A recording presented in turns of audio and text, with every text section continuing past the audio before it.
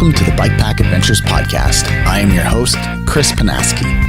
This podcast was created so as to share the stories of bike tours, bikepackers, and endurance racers from around the world as they embark on amazing adventures.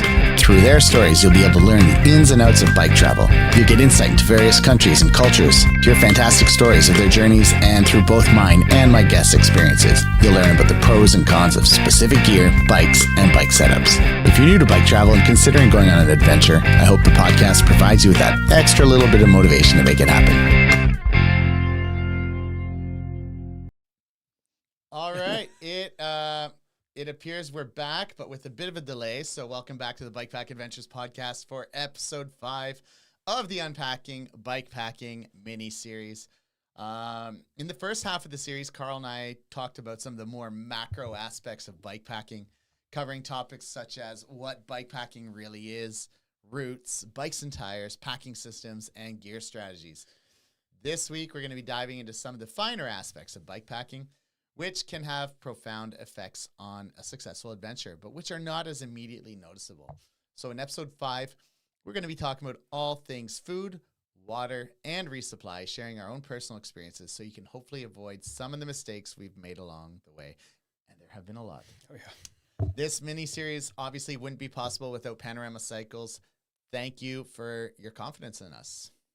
So I'd say today the question would be, like, the question we should be asking is, how do you fuel your trip without overpacking, underpacking, and or completely blowing off halfway through your trip because you're like out of food or too heavy? Yeah, and I guess it's how do you effectively fuel, right? Because exactly. Anybody can fuel. Mm-hmm. It just might not work. Yeah, no, exactly. And I think for a lot of people, food is a real afterthought. You know, Yeah. like we spend a lot of time, like we talked about the last 4 episodes, we spend a lot of time looking at cool routes, watching YouTube videos of people doing awesome things, shopping for epic bikes. Oh, yeah. Often the times, like today, I bought a suspension fork and I went way over the price line of what I would have wanted to spend, but I did it anyways because, you know, it's how we roll. Yeah, you gotta like obsess over the detail about that, but then, like, I would say in my own like hierarchy of thing that I really like to shop for would be like bike, route, and even that route is meh, and then I would say food is on the bottom. Right. Like I'm not planning well. I don't plan it well either, typically. I mean, especially in the past. I think now that I'm slowing down, I'm getting a little bit better at it. Yeah. For those out there listening today, we apologize. There is a massive lag, and it's like multi-minutes. Yeah, no. I think it's like a 2-minute, 3-minute lag. So, the chat might not be as effective today, but hope you're enjoying anyways. Carl's just checking out the phone right now. I'm checking the live situation right turn now. Your volume down. Yeah, I do. Yeah, so like you said, we spent a lot of time thinking about the big picture things, and we have this image that we can all survive on gas station junk food because that's what Megan Hakkinen and Justina Slaveka and all these pro racers do, and you see them in and out of corner stores. Gas stations on things like the Tour Divide, and that's not the reality for most of us. I mean, you might be able to survive on it, but good news. I don't think the delay is as big as we thought. oh, that's good. Yeah, perfect. I would say, it's really easy to fantasize and be like, oh yeah, like for sure, I'll be able to do that. I'll be able to stop and eat those corner store hot dog, and you do the classic fastest known time, like I'm gonna eat everything, or you like overpack it, and then you want nothing of it. Yeah. So like it's so it's like carrying way too much food or completely bonking by midday. Yeah, classic mistake. Yeah. Carl, do you have any stories of doing it wrong? Where have your big learning come in? Doing it wrong. I was like, at first I was like packing as I was touring. So like Okay. I would pack a lot of food and be like, man, it's not too bad. It's not too bad. But when you push up your bike up like a bike for long, all that food, all that extra gear to cook that food add up, and then all of a sudden it's not just your bike you're pushing, is everything that goes around the bike. Mm. And also like just later on when I learned that I could just go by with way less food, a minimalistic cooking kit, then packing food and riding, and then getting at camp, and then opening my feed bag or opening my snack bag and be like, oh, I don't want any of this. It looks like it's Dude, let me inflate the balloon before you blow it up. Yeah, all right? yeah.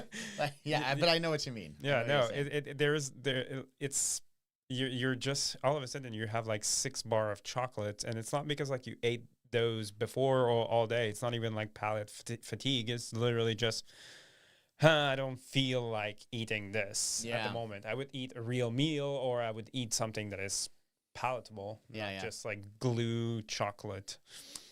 Yeah, I can think of 2 situations where I felt like I had the food thing going really wrong. Yeah. First one, my Western Canada trip. I met this guy, Fedor. He was from Slovakia. Really badly set up, bike touring setup even. It was just terrible. But he had like a 5-kilo bag of rice. He had a big stove. He had pasta. He had like jars of sauce and stuff. This guy ate like a king. Mm-hmm. And then there was me with like instant noodles with some water and a can of tuna dumped in it. And while mine still gave like good energy and Yeah. stuff, mentally, I was depressed I because I th- saw him and I was like, hopefully he offers me some food. I think it's the worst. But he didn't. I think it's the worst because like when you have your stuff and then you're alone in the Yeah, middle of the yeah. woods, it's like this is the best meal of my life. But when someone in front of you is eating like, And I thought, I was like, maybe I should just say, hey, you're carrying an awful lot of food and that's a lot of weight. Like, you know what you should do? Let me help you eat some of let it. me help you. Yeah, there's He a was like chopping up sausages. oh, and, there is a like, good oh, story about that. It's like when I was touring around Europe, we were cooking every day because we were like, no way we're gonna Proper bike yeah, touring, yeah, and- yeah. Like, and we were cooking. We had like fresh ingredient that we would buy every day, and then the same thing happened to Celia, one of our friend, and she went with us for like over a month. And then we were cooking like hachis parmentier. We were cooking like really beautiful meal, and all she had was like those like dry noodles and stuff like that. So she even like draw us as like the paradise of food, and her has like the noodle person. Yeah. Nice. And then the other time was when I was doing the fastest known FKT attempt on the Yeah. log driver's waltz. And I started in a different place than the normal Grand Depart. Mhm. So when I got to Charbet Lake, it was probably like 2 in the morning. It was so I like- just go to sleep. Yeah. And I couldn't sleep. I was getting eaten alive. So I got up at around 5. Yep. And packed up, and I looked at maybe it was before 5, 4:30 or something. And I looked at my Google Maps, and I saw that the gas station didn't open until 6, but it was like 5. And I'm like, well, I'm not sitting around for an hour to wait for this gas station to open. No. I'm just going to ride to Calabogie. I should be there by noon. It's only 100 kilometers away. Got 6 hours. I had some, wraps with honey and peanut butter or something in my bag. I had snacks. I had electrolytes, which I filled up my bottles. And I think 3 bottles, all full, good to go. And as I started riding, I couldn't keep anything down. Like my body had decided that like it didn't want this food. Oh god! And I had like that's the worst. acid reflux. But on top of that, I couldn't even drink water because it had something acidic in it too, which I think was the not scratch. What's the ones with the little effervescent tablets there? Noon tabs. Yeah. Which are a little bit acidic, Mm. and I couldn't drink. Oh, Massive failure. Like, yeah, that's the worst. It was like you have a plan, but your plan just yeah. derails. How's it looking? Yeah, like Danielle said, bad food can make for a bad trip is one. It's one of my priority, and then Good, because this is not showing our chat. for yeah, some that's reason. why I put my phone there. Like Nice. we're so prepared. We got this figured out. Oh yeah, we're expert. Here, let me just push some buttons. No. So anyways, yeah, like, did we talk about some of these classic mistakes? Packing too much food. Yeah. I've done it. The tons of random stuff. What It's do you mean like, by that? you mean like you have like pasta, you have no sauce. You have sauce but no pasta. And I'm really focused on the sauce and pasta thing. But like you have like stuff that you're not gonna use. Like you bring like coffee for 2 weeks, Right. but then you're on an Or I've gone and I brought coffee, my coffee maker, AeroPress. Yeah. Coffee, spoon, everything I needed. Forgot the filters. Yeah, that's it. So It's dead weight. dead weight, and or even like too much of one thing. So when you do get that palate fatigue, like Yeah. random stuff could also be just too much of the same damn thing that you're not going to enjoy. Yeah. And you're looking at it and you're like, oh, we're going to talk about some of that later. I think we decided things we don't like anymore. Or we always pack. Yeah. I mean, all of this in the end just adds up as dead weight. Yeah, and like we said, so fuel's not just food. Isn't just fuel. It's weight, space, it's decision making, it's planning. It's pretty deep, actually. Yeah, it is way deeper than what we take, like Than what we all prepare the for. effort. Yeah. So, yeah, food. What? Well, we know it matters. It's important. Yeah. We eat it every day. Yeah, I mean, like it's baseline for your energy level. That's it. Like it's just like if you don't eat, you don't have energy. Yeah, and you've been tired on the trail, like like you're trying to get to camp. You know, you're 2-3 hours away. You don't want to cook and make food, but you don't really want snacks, and you just kind of start making bad decisions. Yeah, your brain is not as snappy. The synapses is not happening. The decision, like the most important decision, is actually to know to take that decision to eat, because we're not doing that all the time. So like that's the first decision. Like it's also like a safety thing. It's just like if you're passing out on the side of the trail, like in the middle of nowhere, I mean, like it's it's important for you to for being alive. I don't know, like, but also like for your overall enjoyment. And I could just think, even in the terms of like hitting the proverbial wall. Yeah, you bonk because you haven't eaten properly. Yeah. And you're in the middle of the forest where you don't want to be in that forest because you know that the mosquitoes are going to be terrible that night. Yeah. And now you're like, just to have to motivate. Everything gets worse. Yeah. Yeah. And it just starts to suck. Yeah. Yeah, that's the thing. For me, most of the time, it's unfortunately like my something that I'm still working on today. Yeah. And, unlike a lot of the gear that we constantly, like the way we've packed our bikes and the gear we're using in the bike, that's all constant weight. Food and water. Food, it goes as a fluctuate. Yeah, right? it's a roller coaster. Like if you're eating food, your weight's gonna decrease. Let's say you're drinking water, like the weight's gonna decrease. You're resupplying, then whoop, it goes up. It changes all the time. So like you could also like plan on having some lighter food and go to the next resupply point when this resupply point is actually like on the flatter terrains. So like you don't have to carry all that weight while you're back there in the mountains. Yeah. So. Yeah, and so like we said, if you don't have a system, things can get really chaotic pretty quick. Not just in terms of where like stuff is, but like bad planning. Yeah, that's me. Should we? Do you want to go a little further before we? I have a panorama little ad I'd like to play. Yeah, we're so prepared. Let's do this. Hey, let's see a cool bike. This is a cool bike. This is the one I got. Before we get back to the episode, I want to thank the sponsor of the Bikepacking Essentials miniseries, Panorama Cycles. One of the more unique bikes in the Panorama Cycles lineup is the Torngat Tie. What makes this Torngat Tie so unique is that the bike was designed to be ridden year-round. Fat bike tires in the winter, mountain bike tires in the summer. Titanium frame is a dream, light, strong, and forgiving on long days or rough terrain. Having a bike you can trust when loaded down with extra food and water goes a long way. Make that bike suspension corrected to 120 millimeter forks, and you know you are in for some good times. Some of the key standouts on this bike are the configurable Q factors, the fact that it's made out of titanium, and the adjustable dropouts.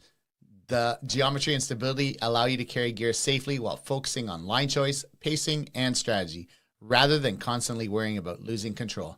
This bike will teach you that confidence in your equipment translates directly to confidence in yourself out on the trail. I've been using this bike for the past winter and I'm definitely looking forward to getting out on the trails this summer. So when you're thinking about food and water strategy, imagine a bike like this supporting your plan, letting you focus on efficiency and enjoyment rather than worrying about your setup. And with that, let's get back to plotting our resupply and hydration strategies for your next ride.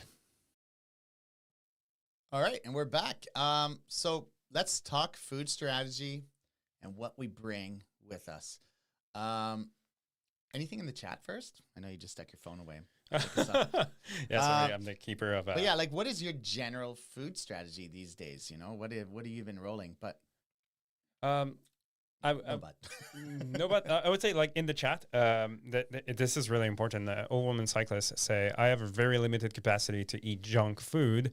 I have also had a true bunk before and never want to have that happen again. I get you. I got out as well, and I had and I was in a corner store, like on the outside of a corner store, begging for money for a Mr. Freeze because I had nothing on me. I forgot I had like my wallet and stuff like that. And it was just like, please, and I could see myself like looking like a hobo. That's gonna be something else, huh? Yeah. Yeah. So general food strategy. I like to think in layers.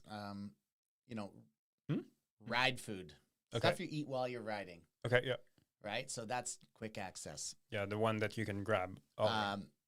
Meal food, so stuff like when you're camping or if you're going to stop and like have lunch and prepare something, right? Okay. And then backup emergency rations, or not rations per se, that's a military thing, but like emergency food, right? Emergency snacks that are buried deeper and, you know, they're there if you really need them. Yeah, I never actually thought of it this way. It's funny because I'm usually just bringing food. All jammed together. Yeah, all jammed together, and then it gets mixed. So like, it makes total sense to just be like, okay, this one's going to be for riding, this one's going to be for camp, and the camp can be further down in the bags, but like the food have to be on top, like the ride food. Yeah, actually, what's your favorite ride food? Oh man, I can tell you what it's not. Well, it depends. I like candy.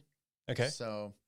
Big fan of Twizzlers, but like the nibs are better because you can just grab a little handful, chuck them in your mouth, keep them in your cheek, and like a squirrel. Like a squirrel. Also great in the winter. You can just fill your pogies full and just like full of food. That's true. That's true. So I like those. I like Sour Patch Kids. Alex, my buddy Alex, he got me onto the sour wine gums because they just last longer. Okay. Yeah. Like it gets stuck in your teeth, and you know, and that's just. Is this really food though? That's not food, but it's what I like. And of course, then maple syrup is another like quick snack while I'm riding that I love. Yeah, because I make maple syrup at home too. And then of course, I don't eat like for on the go snacks. That's like, it's not real food. It's more the junk or high quality junk like Brix Energy gummies or maple gummies and waffles and things like, you know, those like those energy waffles. Yeah. The really expensive ones. The Belgium one. You can just buy cheap ones at Costco that are made with like God knows palm oil, but they work. I get pellet fatigue with those, like, because I bring some and then I eat half the package and then they stay. Just too many of them, yeah. Yeah, they stay. Like, what about you? You have a favorite? Oh yes, I do. Sour Patch Kids. No, that's Emily. That's my partner. My favorite one is quite simple. It's a wrap with peanut butter, with jelly, and with this shelf-stable bacon. Peanut butter, jelly, and bacon. And that's then like a Megan Hakkinen type food. And yes, but you just wrap it. I think it's coming from Emily actually. And then we tried it one day, and you just wrap it in aluminum foil. And then you can open it as like an energy bar, or like the way a shawarma was done. Yeah, exactly, and it's delicious. It's delicious. And you just keep them in your feed bag or your top two bag, wherever because you don't take like the giant 12-inch pita. You take like the smaller one, but like you can eat as much. I know. Or do you? It's just like yeah. Okay, so your on the bike snack food is more like proper food than what I eat. Yeah, that's why I ask you. Is this really food? Yeah. Yeah. Mine's definitely not. But yours is. I'm impressed. So like, do do you ride with no hands while you get this ready? Because, you know, like with a loaded bike, no hands is kind of hard. No, you could just actually like just open it with your finger, and since it's foiled, you fold it and it stay folded. Okay. Yeah, yeah. I'm curious about the people in the chat. Yeah, if you're in the chat, and what is your on the bike fuel? Your ride food? I'm pretty sure we'll have like some crazy thing. I know if Daniel's in there, it's gonna be some weird, amazingly homemade thing. He makes his like Stroop waffle. Mike Laurie, you're right. Oh, that's nice. Hey, Mike. Yeah, yeah. Yeah, the worst is when you plan for it to be a place to be open, and then when you get there, and then it's closed.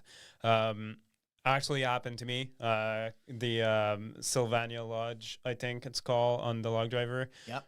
I was like dreaming. We were talking, Emily and I. And you have a specific thing. You're like, I'm gonna eat this. The Chinese, like it's not an all you can eat, but like it's a Chinese like food, and then you can eat like everything. The portions of gigantic, and then we were like, oh, it's gonna be amazing. We were singing the grace of like that food, and then we get there and it's closed on Monday, and then we were 1 day behind because we decided to take a day off. Oh, so it was unplanned. Oh yeah. We just straight up went. Because every other year it's been open. Yeah. And then we saw a lot of picture on Instagram of people like eating there the day before, and we were like, it's gonna be delicious. Yeah, we just went home after. There we go. Any other answers? My meal and snack from LeBlanc, from Daniel. My meal and snack are separated into Ziploc bag and organized by day. I carry multiple day food if I only need. I carry multiple days food, so I only need to get to the top bag. So yeah, they're separated. Yeah. You guys are losing food recommendation credibility here. thank you, old woman cyclist. Well, I am so glad that Daniel's going to be cooking up a meal. Oh yeah. Like as a group meal that people will follow along and bring their own ingredients and do like a communal cook up at the summit, because that guy knows food. But you should try those wrap. They're delicious. The shelf stable bacon, it's like the greatest thing in the world. What about bars? Are you a fan of bars? Yeah. No. Do you have a one bar? Do you have that bar? I have a bar I don't like. Yeah, me that too. I always bring with me. Yeah. I think, we were Cliff bars for me. Yeah. I used to always pack them, and then I would get to the point where I need to eat one, and I just look at it, and it just get shoved aside, and I'd finish my trip, and there'd still be 5 Cliff bars or whatever. And they're so heavy. Yeah. For me, heavy, but yeah. Yeah, for me, it's Nature Valley. And I think on like the dry granola ones there. The granola. Yeah, I think on bikepacking.com or the Radavis not too long ago there was like an article on those, like an ode to the Nature Valley bar, and this thing, like you bring it on an adventure with you. I think I have one that is like 5 years old. No kidding. Yeah. And I know Daniel makes homemade stuff, so yeah, he makes his homemade bars. Yeah, I have a book on that later on. Yeah. I also like to bring nuts, like. Usually hit up Bulk Barn and I buy like a mixed one, and usually it has a little bit of chocolate in it too, so it's like a little bit of chocolate pieces, some nuts, some like maybe there's some little berries in there, or I just make it at home because my wife's Persian and we usually have tons of nuts and berries in the fridge. And lucky you. Yeah. You know what I do instead of bringing candy? I go to Costco and I go grab a bag of dehydrated apricot. We have that home. It's like from Iran. Dry fruit. Yeah, no, I mean you know about that, you know. But like dry fruit, like prunes and then dates and stuff like that. It's for me, it's a replacement of candy, because mango. I love dry. Oh mango. yeah. I go to eye sugar and then I bunk, because that's a fine line that you have to. Yeah. I mean, I like those things. I like candy, but I usually don't start the trip with a bunch.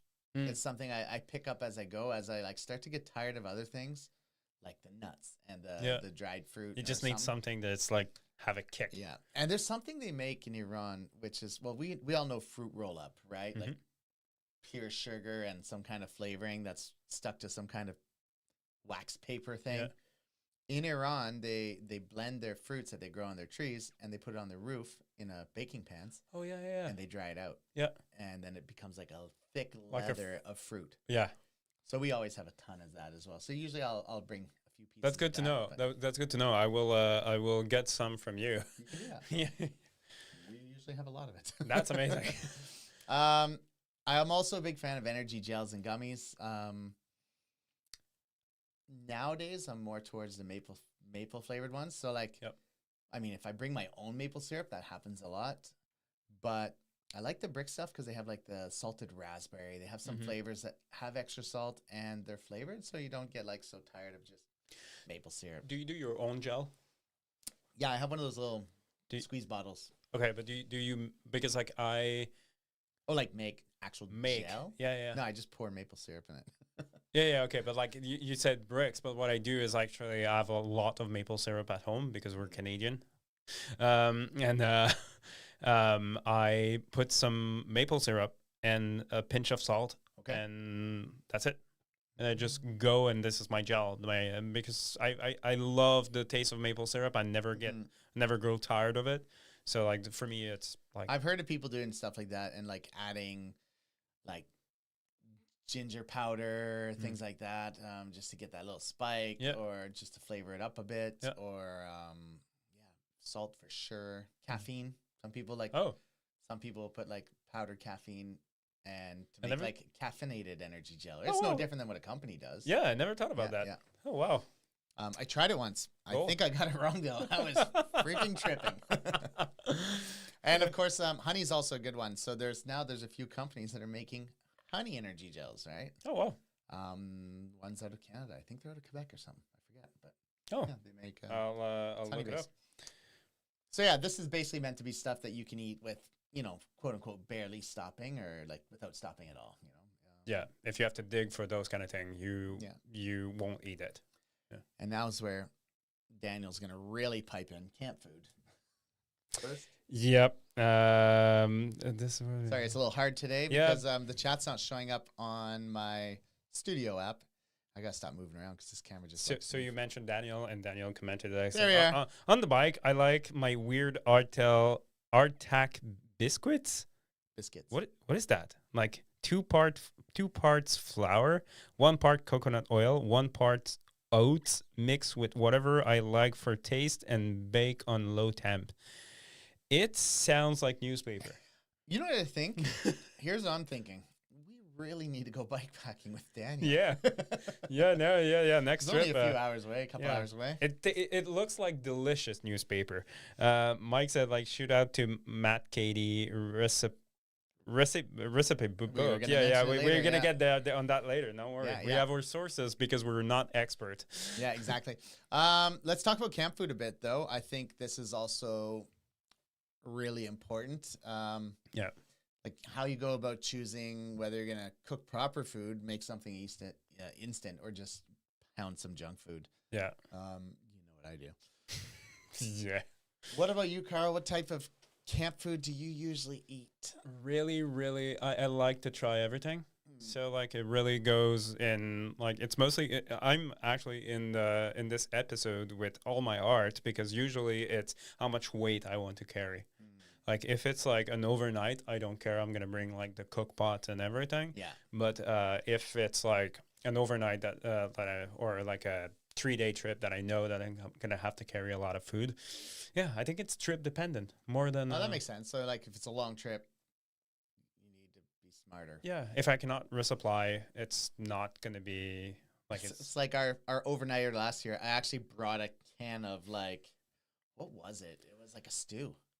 Yeah, and it was a big can. It looks delicious. It was like half a liter. I was envious. I was like completely envious. I had carried that around on about 6 different trips. You should have told me. You should have told me because I would have taken exactly the same thing. I got that pouch bag, that pouch of dehydrated meal.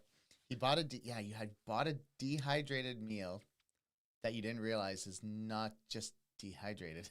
It was dehydrated, but like you needed a pot to boil it for 20 to 25 minutes, I think. You just have like a tiny right. like camp stove, and then you're like, oh yeah, I'm gonna cook this for 20 minutes when I'm already hungry. Yeah. So and there's a couple other variables too, right? Like how close are you to towns? Do you? Yeah. Because that might just mean you're like, well, yeah, I know we're bikepacking, but let's just go get a pizza. Good point. There's the Log Driver Walls spring rally not too long. Like the first one, it's just like the season kicker. So you do that through social and then everything. And there's some people that are talking to me, and they're like, "Okay, like what food should I bring? Should I Like get the guy's got a barbecue. He's cooking It's like awesome there's a food. barbecue at the end, there's a breakfast place in the morning, and then there's like restaurants everywhere on the road. I would so- never pack cooking stuff anymore for that trip. No. I just Yeah. bring clothes and Yeah, yeah. sleeping gear. So, yeah, And this year, you're probably going to want warmer sleeping gear. yeah, I know. So, like, yeah, like you said, whether you're going to cook or not, like if you have good food options, maybe just indulge and enjoy. And like, you don't want to be the person there, like rehydrating this pack of pad thai that's just okay tasting. And it's like, yeah, okay, it tastes like pad thai, but I don't know what it really is. When everybody else is pizza and burgers. there's some people that still do it. They're like, oh yeah, I'm gonna cook this because I brought it. It's like, okay, you can live the experience, but there's also food right there. So like, I would say, yeah, like bring some food, but also like read the room. Yeah, and like, and we've done it because like when you're racing, you're not going to carry a stove. Your goal is to minimize all that weight. You're going to carry instant coffee that you're going to drink cold if you do it at all. Mm-hmm. You're going to carry foods that you don't really have to cook. You can just flop, splop, whatever together, you know? Yeah. Tortillas. Like you said, tortillas, peanut butter, instant bacon that's shelf ready, whatever. Shelf stable. Shelf stable. I think we peaked as a society when we invented that. Yeah. And you can also buy like Tetra packs of milk that are shelf stable too. So you're happy, good lucky. Yeah, I cannot have milk, so There you go. good. Thank you. Almond milk. Tuna. Yeah, tuna cans. And if you go to like here in Canada, if you go to Giant Tiger, I used to be able to, you can buy tuna in like a pack instead of a can. So it's just less to clean up. You could eat your tuna and then you got your trash. Somebody wrote something funny. Yeah. And then instant meals, right? Dehydrated food. It's sorry, that's not really non-cook. No, that's not a non-cook. But instant meals, like I'm trying to think of the one. Yes, but like still, there's some people like Mike said. Worst choice I made was to not pack a stove. And I would cold soak my dehydrated meal. Oh my God, cold soaked food. Yeah. I know people that do that. I was about to say that. Yeah, you can non-cook your dehydrated meal. They're disgusting at best. Did you see that thing recently where this like it was obviously like a prank reel type thing, but it was like they created a pouch that could hook onto your belt loops and hang down in front of your crotch, and so you could cold soak your food for the whole day and it'd be like it'll be warm. I saw that. That's completely disgusting. No, I'm not gonna go there. I can so sleep gross. in a dish, like in a ditch, and then eat like off a jar of peanut butter for like 3 days straight. But yeah, and- cold soaking. I didn't even think of it. It kind of slipped my mind. We have Seema cold soaked some stuff one night here for breakfast, and it was good. yeah. But it was like yogurt based. You're not going to do that on a field trip. Like, Yeah, I got when we went together. I did a cold soak because I was trying to do that and be faster in the morning, and then granola with like some stuff in it, and then just like adding like some water, and then just like letting it soak overnight. Like in the morning, it's delicious. So And I think another good point here, just to make, well, we could make it at any point, is, you know, if you're traveling with somebody, so like you and I bikepacking together, you might as well discuss food ahead of time because you should probably be similarly linked in your food ideas. Like if you're cold soaking to be faster, and here I am like chopping up onions and eggs and like cooking and making like coffee. a proper breakfast, and you're gonna be like, well, I'm faster for no reason, and I don't get to enjoy my food as much, Yeah, right? So like, that's usually the people with me. Yeah. That's not me. Like usually I'm getting like a nice breakfast. I'm cooking all my stuff and they're like, okay, I'm ready. Go, go, go. Yeah. yeah, and then we had a category we called water-based cooking because I don't think boiling water and adding it to food is the same thing as cooking food. Yeah. Water-based cooking. I really love Water-based, that. it's like yeah. painting. Yeah. Water-based cooking. Dehydrated meals is a big one. That's probably you're gonna get the most variety there because they make everything under the sun. Desserts, snacks, like they make everything. Apple crumbles. Have you had that? So Yeah. good. Like, Yeah, it's delicious. I stews, curries. I got chocolate pudding. That Oh, was yeah, like not that. bad either. That was like a chocolate mousse that was delicious. Delicious. Horrible for the stomach though, but delicious. I used to always say, like when I was in the army way back in the day, that like army rations are meant to block you up so that you don't have to go to the washroom. Because like once you start eating them, you never go to the toilet again until the end of the exercise. Yeah, a good act that you can do if you don't want to do dehydrated meals that are like $15 each is like mac and cheese. Mac and cheese, they're light. And they even make the little ones at the dish now that you can just eat right out of. Like it's Really? yeah, it's like a cup, and you just add the water. Wow. Yeah. We now peak twice as a society in the same podcast. Yeah, you just have to throw out the lid, and then you have a water cup. You don't even need to bring a water cup now. There you go. There you go. This is what I'm doing. What else? Instant potatoes. Oh yeah. I'm a big fan. I'm actually such a non-fan of potatoes in general because we eat a lot of rice and stuff. One year, my family was coming over for Thanksgiving. I was like, screw it. Let's just buy instant potatoes. I'll never live that down to my father. I was so mad. He was like angry. I splurged. I bought the Idahoan ones. Yeah. They're really good. Yeah. He didn't think so. That's the thing about me. But maybe that's the bike packer in me is like, these are good. I love like instant potatoes. Like that with cheese whiz in it. Yeah, yeah. Yeah. Oh, with cheese whiz? Yeah. Yeah, you just Oh, like yeah, put like a dollop of cheese whiz in it. Like we eat horribly. Yeah. Oh, yeah. I'm a big oatmeal person for breakfast. I'm very much a oatmeal. Yeah. Is my kind of staple. Me too. I love some protein, so like I had like some peanut butter in it or almond butter, but yeah, let's say that nothing beats real cooking, but we're just like. On that note, I don't know when the last time I ever real cooked while bikepacking is, so we're gonna need Daniel's pitch in here. But like like proper fresh ingredients. Yeah. Like real carbohydrates, like real pasta, real rice. I mean, it could be minute rice because you don't want to waste so much water boiling for half an hour on a little stove, but maybe not. I would call myself an expert in that because like I did that 6 months straight on the road. I do quinoa or couscous first because they're faster to cook. But like salads and stuff like that, and then like eating in the morning, having like a breakfast. In Europe, it was easy because like you can carry your eggs everywhere because they're shelf stable, like they're at room temperature. So like it's for me, it's like it was a no-brainer when we were touring. Right. But it's harder when the space is limited. That makes sense. I'm not going to need to open this YouTube. You look at the I'm on that. I'll look at the camera. You look at the phone. Yeah. Serge actually said, find friends that do canoe camping. They have great tips. Apparently, Baby Bell cheese will survive 2-3 days in your bags. Those little ones that are wax wrapped. Yeah. Ones? Yeah. Those are a great idea. That's a great idea. Really? I mean, cheese doesn't go bad fast out of the fridge. Like it lasts a while, and like those Baby Bells are hermetically sealed, basically. I can't eat cheese, so like yeah, that might help counterbalance the rations. Let's do some comments actually. What about bring the freeze-dried meal like the backpacker use? I thought that what we were eating like dehydrated was freeze-dried. So like I'm freeze-dried. I thought so too. Dehydrated, freeze-dried. Yeah, dehydrated, freeze-dried. Yeah. I think it's the same thing. Maybe we're wrong. I think it is, but anyways, could be wrong. Jif make a peanut butter tube.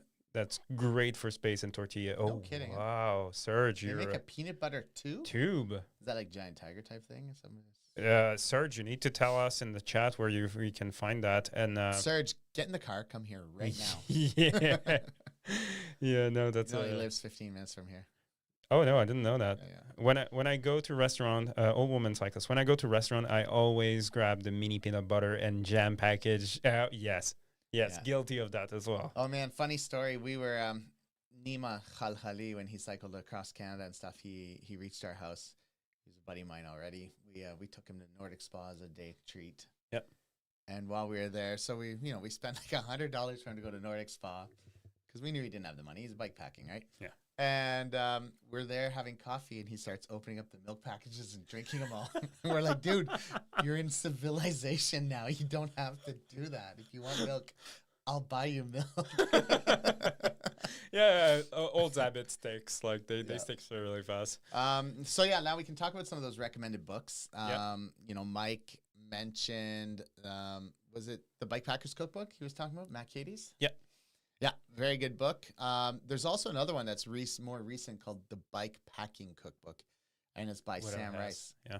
and Becky Norman. Sam was on my podcast a long time ago. We're talking 2019. Oh wow. Okay, yeah. Actually, I think we recorded it like right in early August because it was just after our anniversary and we were in Quebec City. So Wow. we recorded from my cousin's house. And then as well, Matt Cady he's a nutritionist and he's also a huge bike packer in Ontario in Canada. He's well known. He has also written a book called Energy Bombs, Power Bites to Fuel Your Day. And it's literally all energy balls. So Oh, wow. you get some Matt's balls and I'll stop talking. He said that live. There's also like one book that I really, really love. There's two of those books actually. There's a one and the two. It's Feed Zone Portable. I've never heard of this book. By B.U. Thomas. I think that's the way. Sounds right. Yeah. It's mostly an alternative to candies, or gels and stuff like that. So you can go.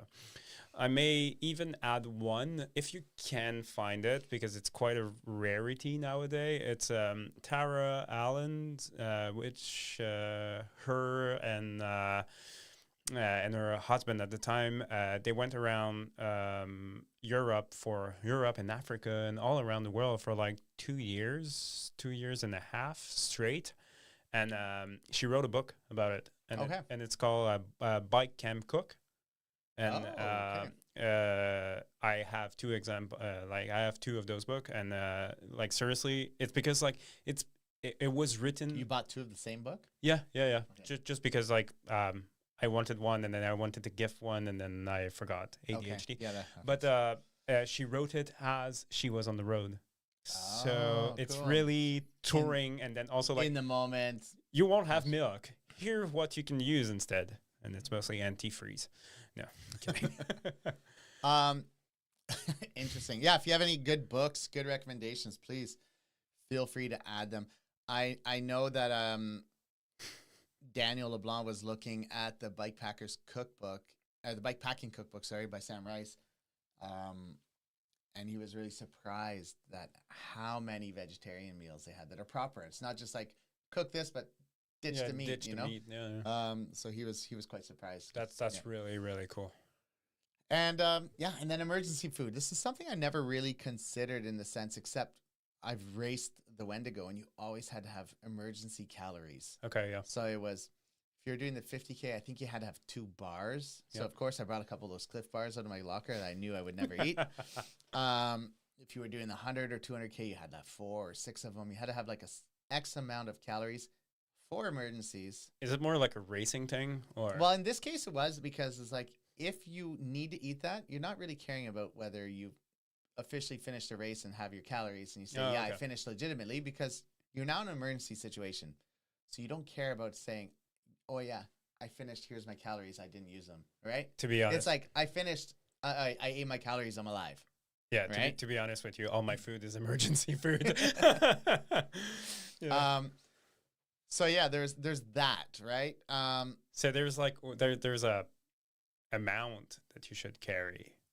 I think that's it too. I don't have stuff tucked away in the bottom of my frame bag, but I usually carry enough that I always have some junk food I'm palate fatigued on, but obviously in an emergency I would probably eat anything. So what is the description of an emergency food for you? Right now, usually the one I take with me is actually I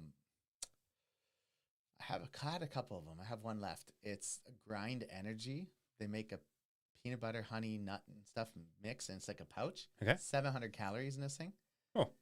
And it's the one I take that I'm like, well, if I eat it today, I'll be happy. But if I don't, and I really need it somewhere, I'll be really happy I have it, right? So it comes with me, but it's quite thick, so it's more like you suck on it a bit. Yeah, we saw that in Japan. There was like someone traveling, and I, like, to be perfectly transparent with you, I never actually tried it, but it's red bean paste, and it comes in a pouch, and it was about like 2 pounds, the whole thing, and it like 2 tablespoons, I think, is like 170 calories. It's like gigantic amount of calorie. Yeah. It tastes horrible. I tried red bean paste is terrible. Yeah. Another good one is like emergency snacks would be onigiri. The rice triangles, right? The rice. Oh, rice, yeah. what do you call them? Yeah, it's a triangle. Yeah. Onigiri, I have Rice balls, basically. I have everything to do it at home, and I always do it. Like Yeah. the tuna one, it's kind of shelf stable. Like, don't quote me on this. Yeah. But for me, if you open it and this really smells, don't eat the middle. people will be like, those guy has no credibility on feed. We're eating in trash can. Yeah.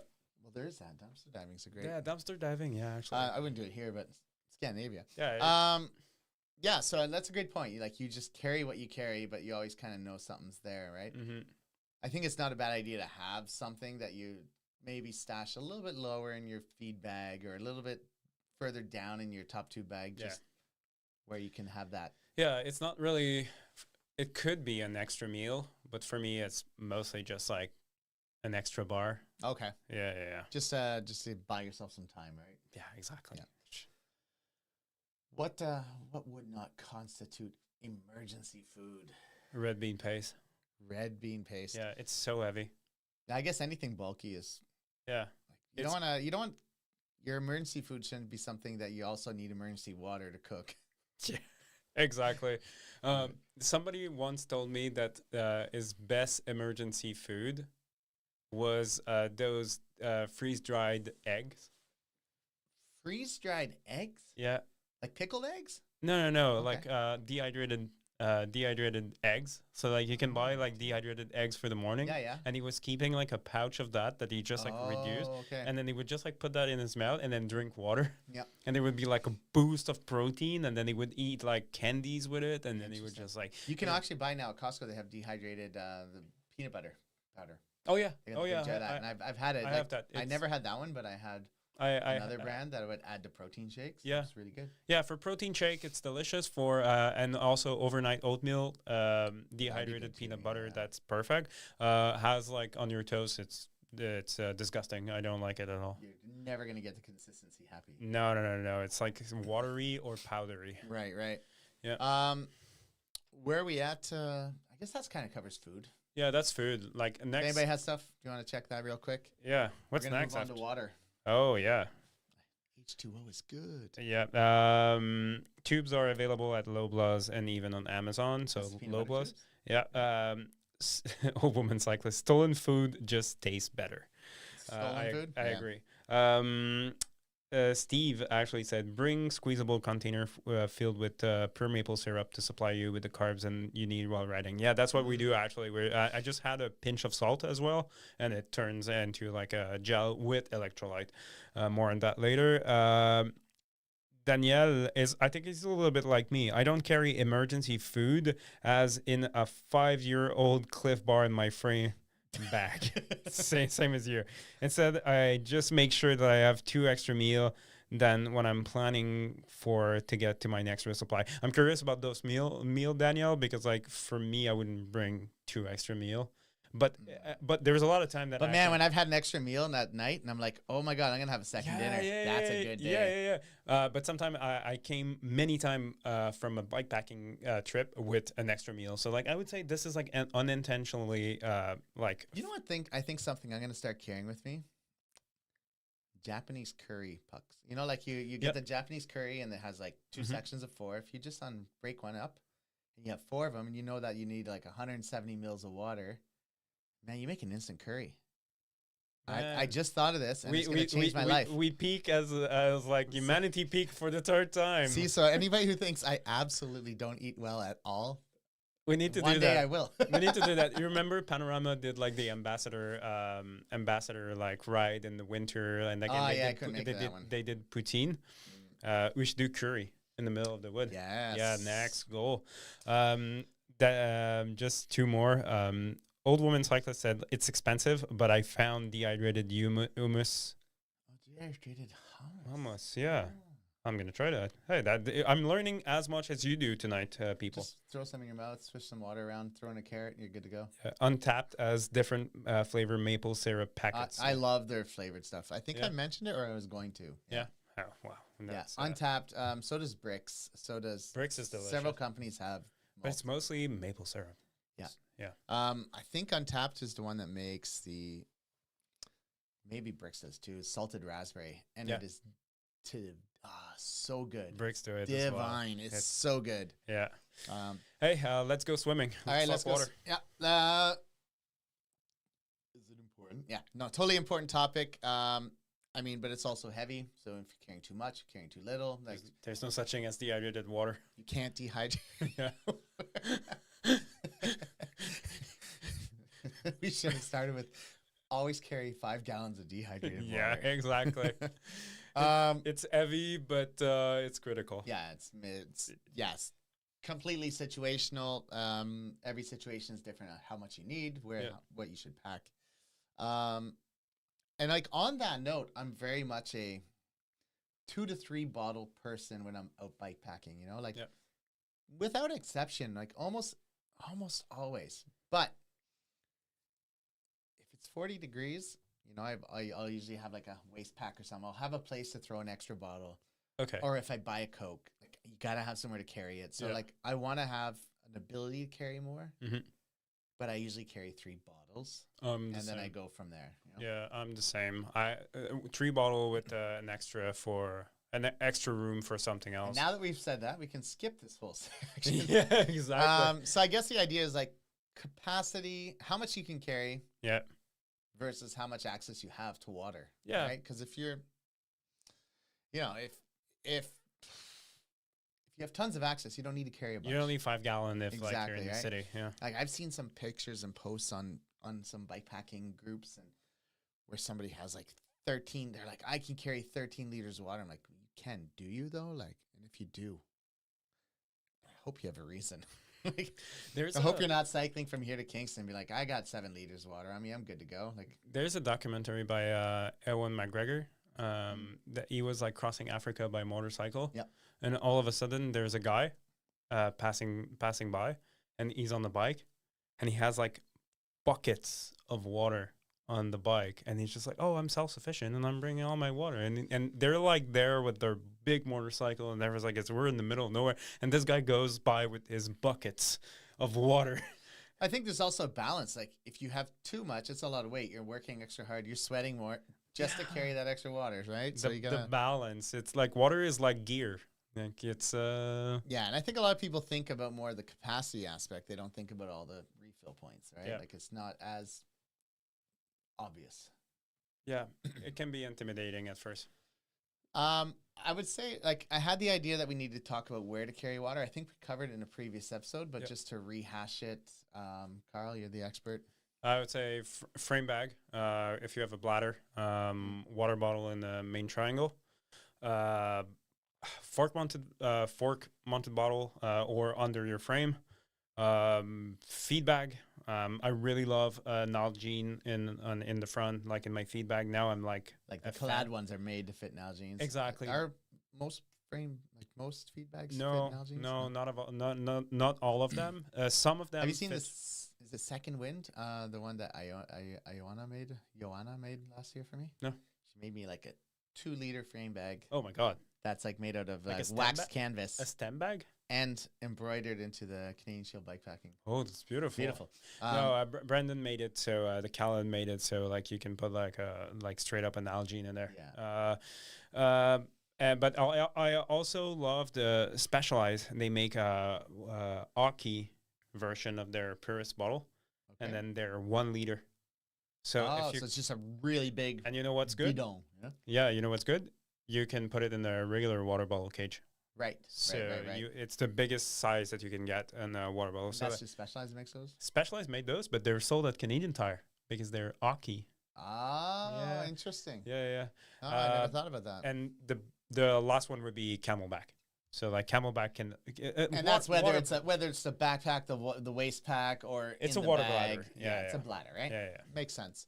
Yeah, and as we mentioned before, like anywhere high and far back is just a weird place to carry weight. It sloshes, it moves around. Yeah, it's actually, if anything, it's a little bit dangerous. Like, not to say you're gonna have an accident, but like it puts you in a situation where even if you're riding a trail and all of a sudden this extra weight throws you, you could lose your balance. Like, yeah, your bike is reacting. And never say never, right? Like, nobody goes out to get into a bike accident and break a wrist or something, but it happens. So yeah, it's just your bike is not behaving naturally. Like the water is gonna pull it to the side, And even like you said, half full bottles, as they get half full, it just makes a place to slosh, they right? just slosh. So like I wouldn't do that. Like we said it, we covered that last episode, but like no water IOP. Like just try to keep it down. Keep it low.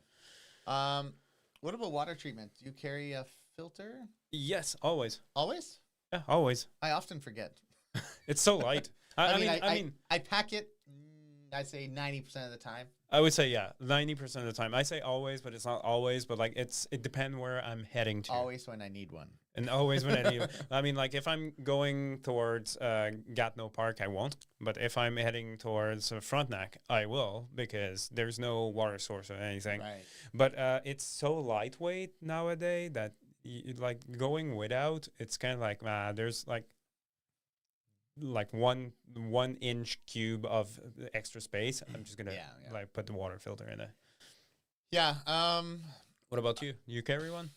Most of the time. Yeah, most of the time. I mean, right now, like the one I have is a Sawyer Mini. Okay.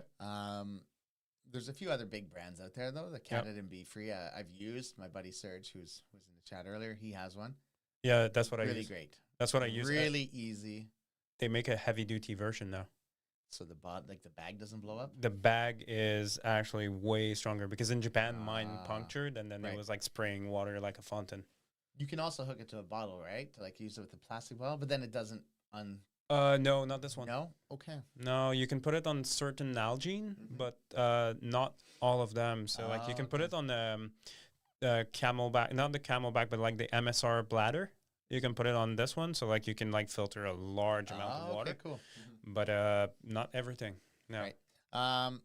Platypus Quick Draw. Tell us about that. Do you know what that one is? I think we saw it. It was really small. Like it's. Is it the one that is like a little bit longer that looks like the Sawyer, or? I don't know off the top of my head, but it's another brand. Yeah. Platypus makes a lot of these things. MSR, which is a huge company. They make everything from tents to tent pegs. Yeah, they make the trail shot, which is like a smaller one that you can like kind of pump and then it works. Right. Or they do the Mini Works or the Guardian. Actually, the Mini Works is a ceramic based filter with pump. Okay. And that fits on an Nalgene. So like you can just screw it on Okay. And the Guardian is actually virus. So like the Mini Works antiviral, the Mini Works is like filter impurity and bacteria, but the Guardian goes virus. So you only have that and you'll be okay. You don't need like any extra stuff. But it's bulky. Yeah. It's big. And I've known lots of people to use SteriPen, but like SteriPen is also kind of like a purification tablet in the sense that it's not going to clean your water. No. It's just going to use ultraviolet and to kill viruses. Kill bacteria and viruses. And is it bacteria or just viruses? Something. Yeah, something. I don't recommend you eat it. No. Anyways, I said, I've used the Sawyer Mini. I find it really slow flow. Okay. I don't like it as much as I wish I did. It is really popular with True Iker because it's so light and you can just have a water bottle with it. But I'm a big fan of the Katadyn Be Free Heavy Duty for what we're doing. But now, if you have the Be Free, you can just buy a replacement bag Heavy Duty. Yeah. Yeah. Okay. Yeah, but also, but keep in mind with those that they are not impervious to frost.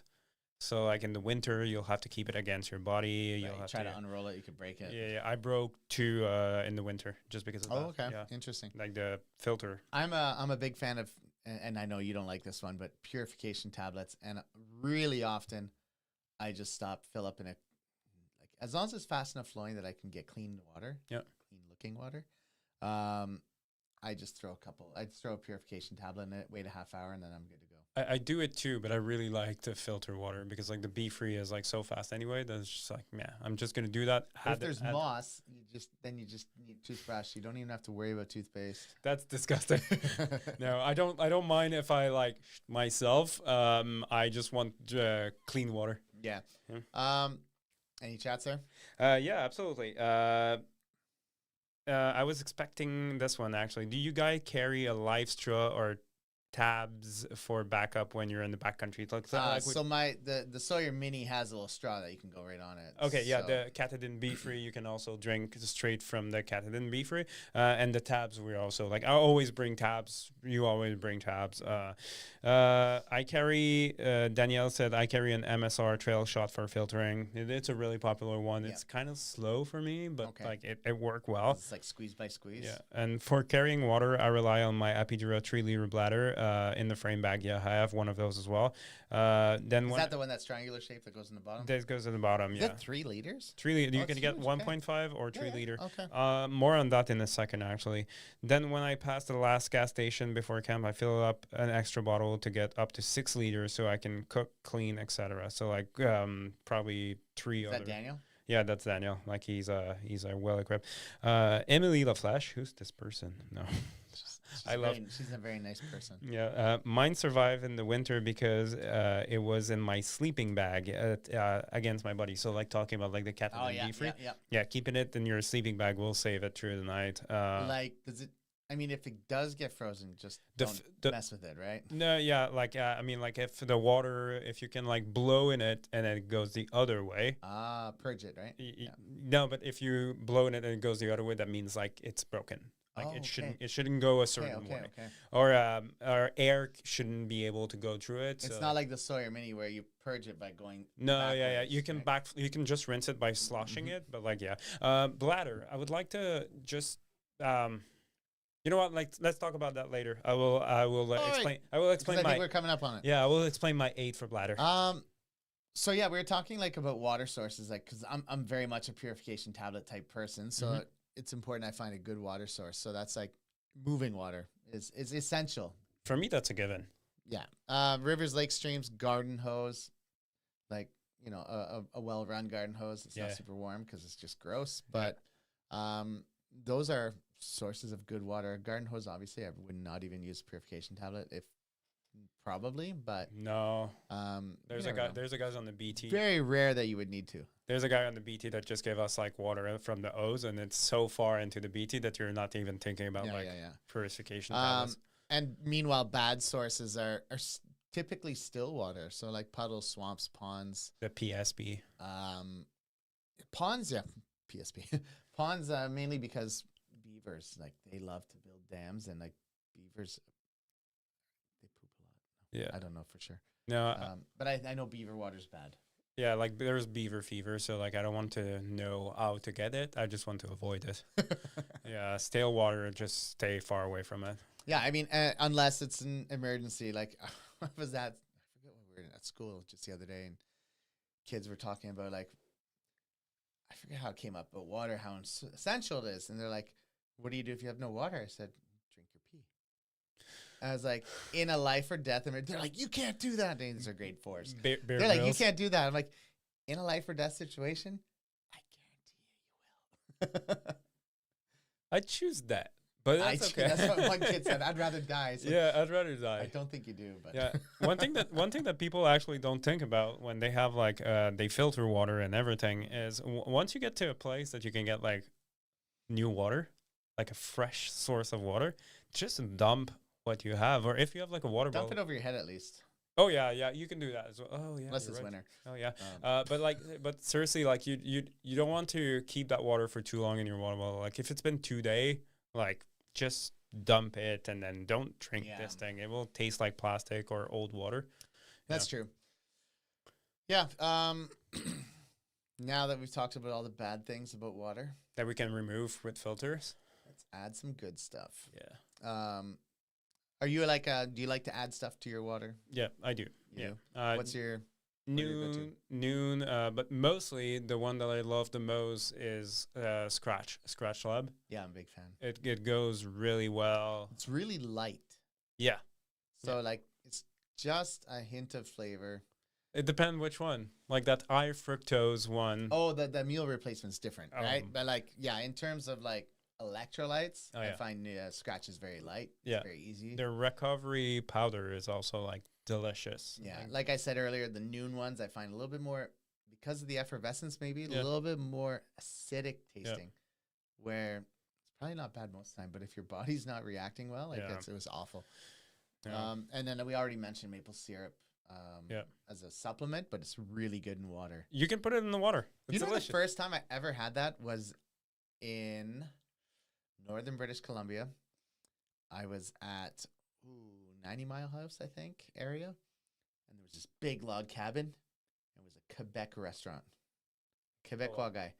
And I went in there. I camped in somebody's yard that night. I got up in the morning. I backtracked 1 kilometer to this place. And I had the biggest Quebec breakfast ever. And when I was leaving, he's like, hey, you want some of the maple syrup in your water? And I was like, sure. And he just poured it in there. And I was riding that day with these 2 bottles that were like, that must have had like 100 mils of maple syrup in each one. Shit, was that good. Oh, It yeah. was so good. I was energized for hours. Oh and yeah, hours. no, Like, it's really delicious good because, like, additive. you also want to drink that water. Mm. You're not like leaving it in there like. Did you feel how excited I was telling that story? That Oh was so yeah, good. yeah. You know, and because maple syrup also has like natural electrolytes and all kinds of good stuff. Salt is also really good, right? If you have nothing else. yeah, exactly. If you have like 0 electrolyte, like just put like salt like in your water. At least it's gonna like react with something and then like give you a little bit of energy. Yeah, it You might know, not be super yummy. you You know- ever salt tabs? You ever like that? Yeah, salt tab when I was a triathlete Yeah, for yeah. a brief period. You know Yeah. what's the worst one? And Emily will like this Salt one. stick. That was the brand. Salt stick, yeah, that you had like this you Yeah. can dispenser like a Pez dispenser. No, the worst thing that I do is when I'm riding and I'm really bunking, but I also need something when it's really hot. You get Bevo work really well with that. More on that later. You can buy a slush. Like and a just- slushy at the corner the store. slushy at the corner store and just like fill your water bottle with this, and then as you're riding it's melting, and then you can just like drink like that. It's lasts forever. It's Yeah, delicious. that's a good idea. It's a lot of sugar. Or like 12 freezies. Yeah, and then you crash because there's too much sugar, and then you're on the side of the road. Yeah, exactly. Anything else you add to your water? Uh, I guess when I've done the like we talked about the carb replacement. So Scratch makes Yeah. a high fructose one. It's good, but it's hard to mix it. Like if you don't pre-mix at home, you know. Yeah. So maybe if you make one super concentrated bottle, that's a good way to do it I know Emily, my partner, in a blender. Like she's able to do it on the road because like she's real. I think that she puts the water and Adds then a she little bit, rides adds a little she bit. rides a little bit. Well, also so it kind of like mix it if you're bikepacking. I also, but I would say I'm biased because like the Scratch rep is one of my friends. So I'd say I love Scratch and I'm lucky because I have easy access to it. But there's multiple other brands. There's like Mortine, I think. that's a fairly new one. The company I've recently heard of. Yeah, for me, it just sounds like an old cigarette brand. So like Maureen. Marine or Martine, I don't know. But like, there's so many options out there. Like, just try them. Like, there's like Pro Crunch that is delicious as a bar. There's never like heard of that. yeah. It's like there's so many options. Just go crazy, try them all, and then you'll find your favorite one. Good point. Um, There's a lot of different types of bottles too. I think we can just talk like briefly some of the Yeah. pros and cons of different things, like plastic bottles. What'd you see? buy frozen burrito and stick them in your frame bag. They will thaw and warm up by the time that you get to Or in camp. your back pocket. In your back pocket, or like get that farmer wrap from Tim Hortons. Yeah, I carried one of those for like 6 hours once. It was still good. Yeah, beaver fever. Emily said, like, yeah, and she says slush. It works the best in the Camelback insulated bottle. See, we differ. Yeah. We differ on that. Yeah, I'm saying Bevo, and then she's saying like Camelback. But I agree with you. You're right. You're right, honey. You're right, honey. So I was gonna say yeah. plastic bidons are like your typical traditional water bottles. Yeah. I thought I'd start with the pros, but the one good thing is they're cheap. Oh yeah. You know, like if you lose one or if it breaks or it drops, like drop it and roll right over it. Yeah. It's not the end of the world. Mm-hmm. They're also really lightweight. Oh, yeah. Right. So like a lot of people are counting grams on everything on their bikes, and then they're also probably counting grams with plastic bottles. So they're like, this is good. It's light. Yeah, yeah, because like some options are super heavy. Like I mean, like even the insulated one in plastic, they're Yeah, still yeah. light. So Yeah, and I think the a big part of it too is like they are more prone to mold, right? yeah, So that's like a bad to thing. getting scummy. Yeah. And on that note, because they're cheap, you should probably replace them every. I'd say you don't have to replace them every year, but like Yeah, I'd say every year to 2 years type thing. the Specialized has the purist, so like it's kind of like a borosilicate or like just like a silicone layer inside the water bottle. But like if it gets scratched, it loses its ability to insulate. Like it's kind of like a flexible glass, but like once it's gone, it's gone. So like You know, we've been going already over an hour. yeah, We're really giving it today. we're passionate. But yeah, and there's aftertaste, right? Plastic bottles do kind of, especially if the water's been sitting a day or two, they kind of like just Yeah. doesn't taste super. I'm now more keen on the metal water bottles, Yeah, me having too. used the Bivo for they sponsored the summit last year, and I got a few. And How was your first experience with the Bevo? Fast Flow, Yeah, man, I find I drink more, so it's a good thing. yeah, They're not that's right. sponsoring this episode, so it's like nothing about them. But Yeah. I find I can more easily drink, so I drink more.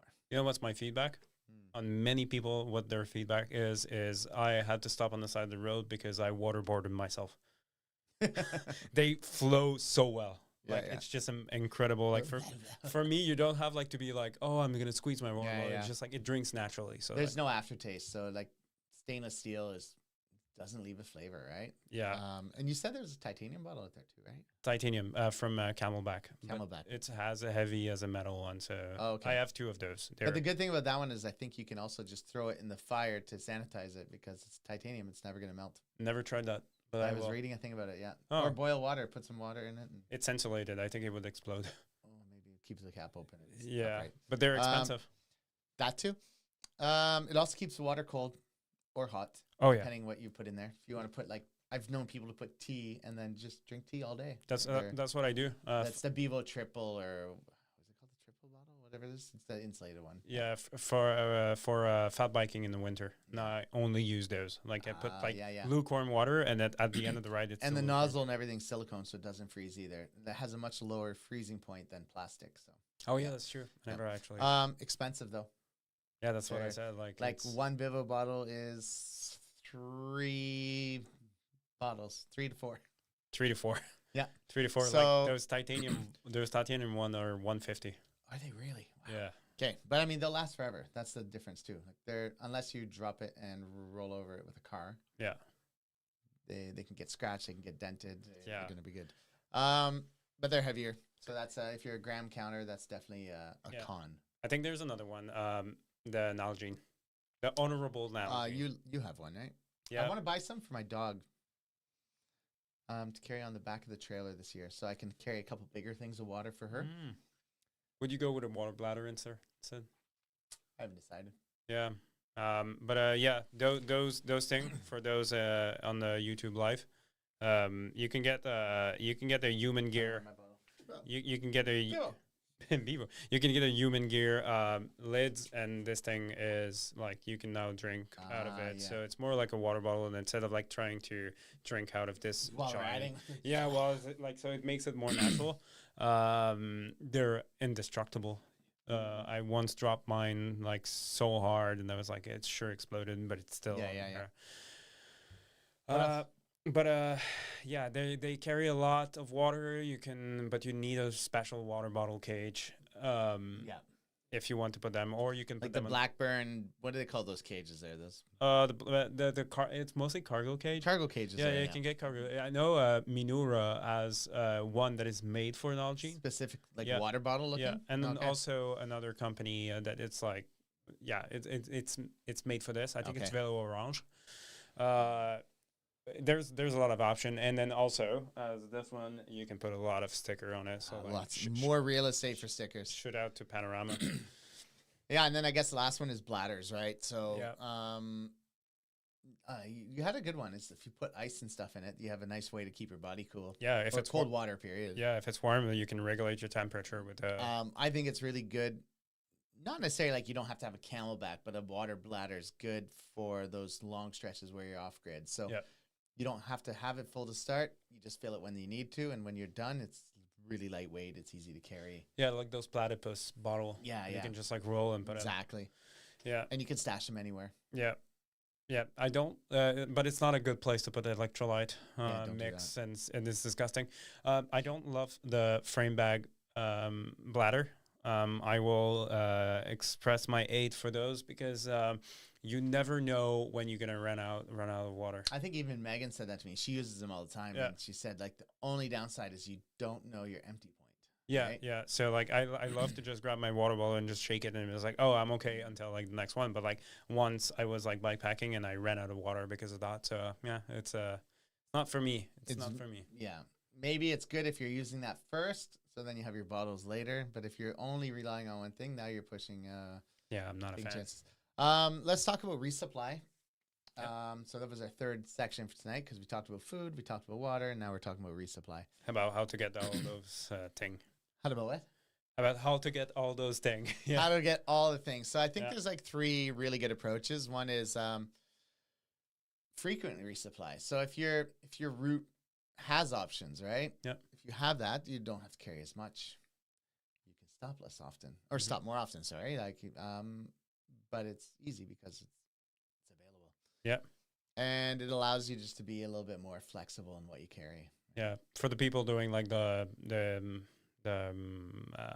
spring rally, like you have a lot of option on the road. Like you can actually just like grab the You go minimum. through towns all the time. You grab snack and emergency, but don't grab like the rest. Yeah. Yeah, so it's really good if you're, in a populated area or shorter trips. Yeah. Interestingly, though, if I'm on a bikepacking route, unless I really need to, if I see there's a resupply and it's like 5 kilometers away, I'm not going. No. I'm like, nope, it's too far. I'm on rail. when Unless I'm on the route. I'm at a point where I'm predicting by knowing what's in my bags. I'm like, you know what? I have no choice. Yeah. I gotta go. Yeah. No. When I'm on the route, I'm on the rail. What is the second approach to like the second one would be like the planned resupply point, which is like the most common one in bikepacking. Like it's like we look at the route, we see there's gonna be there. So I'm having food with me. I'm carrying enough between those two resupply point, but I know where they are. So I'm having the food, eating the food, resupply, eating the food, resupply, and then that's the most common one. Yeah, and I think now it's getting easier and easier because Ride with GPS, which a lot of us use in North America, anyways. Now a lot of they have the POI. POIs are global, so it's like if somebody puts a POI for this corner store or this water point, everybody can see it. So now it's a global thing. Oh, that's amazing. So it's really cool. Like I look at it and I see like on the Canadian Shield route, I'll see some points that are just slightly off on a slightly different route, which is like log drivers, and it says hose here, or there's a tap at the back of this community center. So like now I know that, okay, 3 kilometers off my route, in the event I had no water, there's a tap. Go. Yeah. I have to say that we never had that many people in the chat at the same time. This is great. Thank you, everyone. It's a. Should I dive into the last one while you look at the chat? Yeah. Go Yeah, ahead. I was gonna say the last one would be like completely self-sufficient. Yeah, the expedition. type. Expedition, so carry everything, minimal resupply, heavy but sometimes necessary, and obviously like makes me think of Samuel Lalonde-Marcon. Yeah. Going to the north of Quebec, and he's just passing some towns every week or 2 weeks. Yeah. They carried a lot of stuff. They biked and skied, and you were really minimal. Or Accor when they did like they crossed the country from like the top. That's right. That one includes sailing or something, right? Isn't it? Yeah, exactly. There's no depender up there. No, exactly. Yeah. So yeah, like really resupply is weight management over a long period, and it's also balancing risk, right? Like how much you carry, is it necessary? Are you worried about risk? Like what's the danger? You can carry a little bit less and just accept the risk that's coming with it. Anything? Yes, actually. Danielle and Emily said, "I love my Bevo bottle." It's a given. Like I love them as well. I'm a converted person. Emily said, "I had a glow in the dark Nalgene.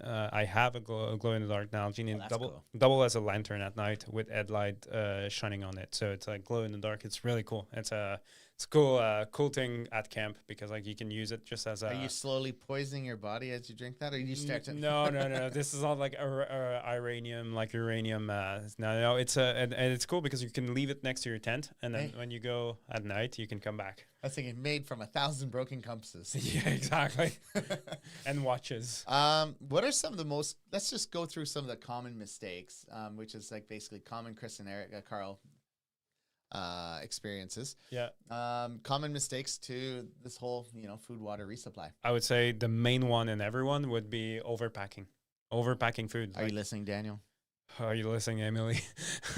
This is probably the most common. You just go in and you're like, oh, just in case. Oh, I might need this. Oh, and it's exactly like packing gear. So like it's just like, oh, and it just Yeah. food is heavy. Is really heavy. Yeah, just in case food adds up, right? Like if you carry too much of just in case I'm hungry for this, or just in case I'm hungry for that, or Yeah. just in case I need an extra bag of liquor. It's gonna go fast. Yeah. I'd say your second one is not eating enough, or alternatively eating too much of one thing. Yeah. But not eating enough, it's a little sneakier. You don't really expect it. When you do under fuel, you really quickly lose energy. You might not even notice it at first, but if you're somebody who pays attention to your average moving speed, all of a sudden you'd be like, hey, look, I'm only going 14 now. Or, instead of going 18, I'm going 16. Why am I going so slow? And you're like, It's hard while bikepacking because the terrain changed so much. that's right. Yeah. I guess if you have a power meter, Watts is better, but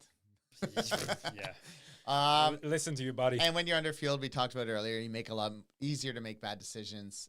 You stop having fun and you get hangry. So, yeah. you get angry at the world and you don't realize why you're angry at everything. Oh, yeah, And you should be having fun. You're on your bike. You're not talking to anyone. You're just Yeah. like riding on your own, and you're like, "Oh, shut up!" and So, what would you say is the key here? have a plan and stick to it. Like I know it sounds racer kind of like mentality. Nutrition is not just for racers. Yeah. Like I know we have this mentality, like this like thing that we think that the racer like has to count their calorie and then they have like to pack their food and everything, but you are going long distance and you need the energy. So Yeah. if you're spending like 8-10 hour on the bike, like 24 hours for certain people, you need to fuel, and then it's a very, very important And I thing. would say, like, that's something I have got better at. Like, I mean, a lot of my experiences in the early times were more of like this ultra distance, ultra endurance. And where I really screwed things up. Actually, interestingly enough, when I did the BT, I was eating more real food. So I had Tim Hortons wraps and stuff. And I felt like I had more real food. And then when I did log drivers, I actually went down. Like, that's where I made a lot of mistakes. And I was like, oh, food was so important. Mhm. I mean, I still achieved the goal I wanted, but I suffered a lot. Yep. After that is when I started, like, when I was riding the Canadian Shield stuff, I was like carrying carb replacement. I had mixed bags. I would feel good for like a couple days, like really hard riding. And I felt fantastic because I was eating right. Because you were sticking to your plan too. Yeah. And I was mentioning eating too much of one thing because I remember one time I wanted pepperettes and I was like, I'll just buy a big bag. And it was like $10. And they were spicier a bit. Bad idea. And I ate too many. And then all of a sudden my guts are like, oh my God, why do you do this to me? You know, but it could be the same if you eat too much candy. You eat But too at the much. moment, you think it's the best idea in the world. Yeah, I But just couldn't stop. Yeah. Third big mistake is poor accessibility to ride snacks. So just not having things at hand, burying your snacks under tons of gear. yeah, you're just going to be like, oh, next resupply point.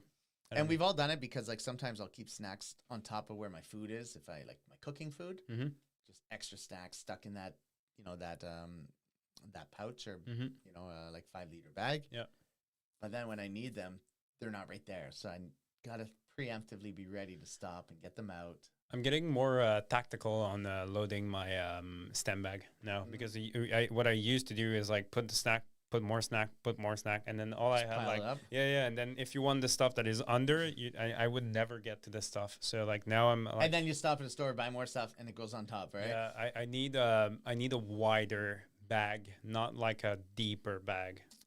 Heard that, Khaled?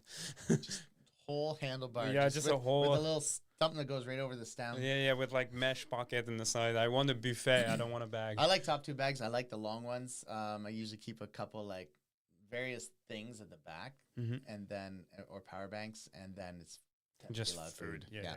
easy to access. Fourth one, Ignoring hydration. hydration. Yeah, sorry, I'm French. Hydration. I think you can survive being hungry for way more longer than you can from being dehydrated. Yeah. Once you're behind on hydration, it's really hard to recover because What's behind a what? hydration. Hydration? Do I say hydration all the time? Yeah, sorry. Yeah. Yeah, because is it in French? Is it? Yeah. Hydratation. Oh, that's Wow, right. See, I didn't know that. Sometimes I translate a word, but they're not really there. And it's not really the water thing. It's mostly the electrolyte imbalance. That's coming with it. Is that what's happening? Right? You're just sweating out all your salts. Yeah, it's the only time that I nearly press my SOS button on my Garmin. No kidding. Huh? Yeah, enrich. Yeah. But also if you're not drinking enough, if you're not hydrated enough, there's heat exhaustion as well. Yeah, I think I've been there. I mean, I've like where I stopped and like that night you start getting headaches and you're like, oh man, this sucks, and then you're digging into the emergency first aid kit you hopefully brought with you to take pills because all of a sudden you realize I feel like garbage. Oh yeah, electrolyte is I woke up in the middle of the night, my heart went to 160. Then this is that winter one, right? Yeah. During the winter, because I was like, oh, it's fine, it's winter, I don't need to drink, because you don't feel dehydrated. But then 160, 20, 160, like 30, 160, my heart kept jumping, and then don't forget about that. Yeah, and I'd say the last one is not having a plan, like not having a resupply plan. Like you should have a general idea of how much food you have, and obviously this is where experience comes in. So starting with small trips is better. Before you go on bigger trips, before you get on that 2-week bikepacking trip, experiment with 2, 3 day, 4 day trips because you need to figure out how much food it takes you to go so long. Yeah, bring more and then make a plan that works. Yeah, bring more food on overnight. Have you ever been where man, I hope there's a store coming soon, or I hope that store is open? Oh yeah, Sylvania Lodge, but me, it was the gas station in Charlotte Lake. Yeah, no, it's keep in mind that store has a opening hour. Yeah, and especially I don't know how it is in the rest of the world, but in Ontario and Quebec, a lot of these general stores are closed on Mondays because they're open on the weekend and they need their day off. For tourists, so a lot of times they're closed Monday. Yeah, and I think that we kind of mentioned that, right? Like adapting your food strategy to your trip length is really important. So. You said, on an overnighter, you can overpack. Who cares, right? You'll survive.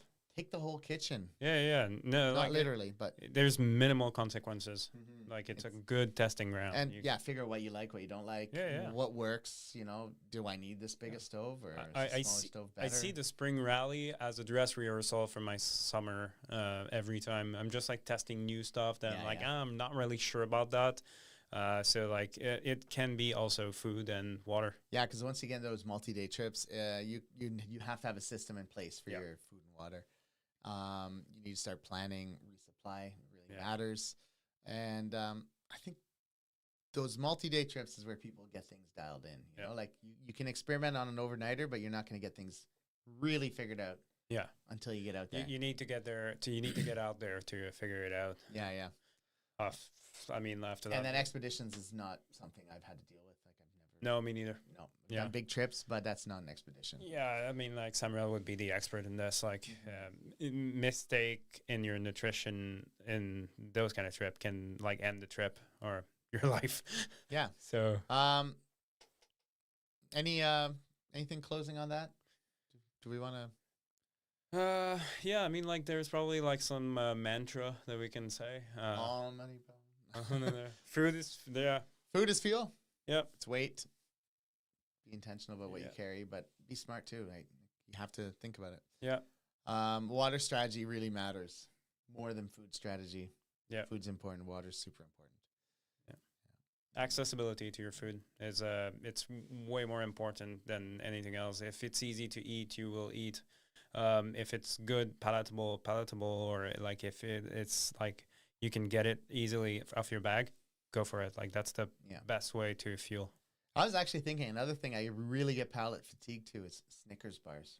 They don't do me long. Like Really? the good thing about them is they don't melt. I don't know what they're made of, but like those things can go really warm and not melt. Yeah, the worst thing with me, I'm hypoglycemic. So like if I eat too much sugar one shot, I bunk.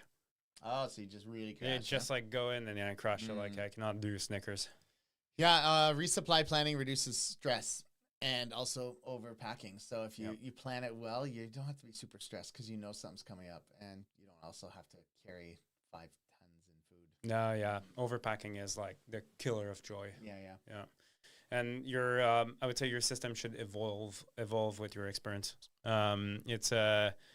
It's something that you will dial in. Not the first trip, probably like the what are we at, like probably 1,000 trips, and then we Not even that much, We're but yeah, but we're I mean, still it's down. still like dozens and dozens of dozens. Like even if it was 100 trips, you're still learning. You know?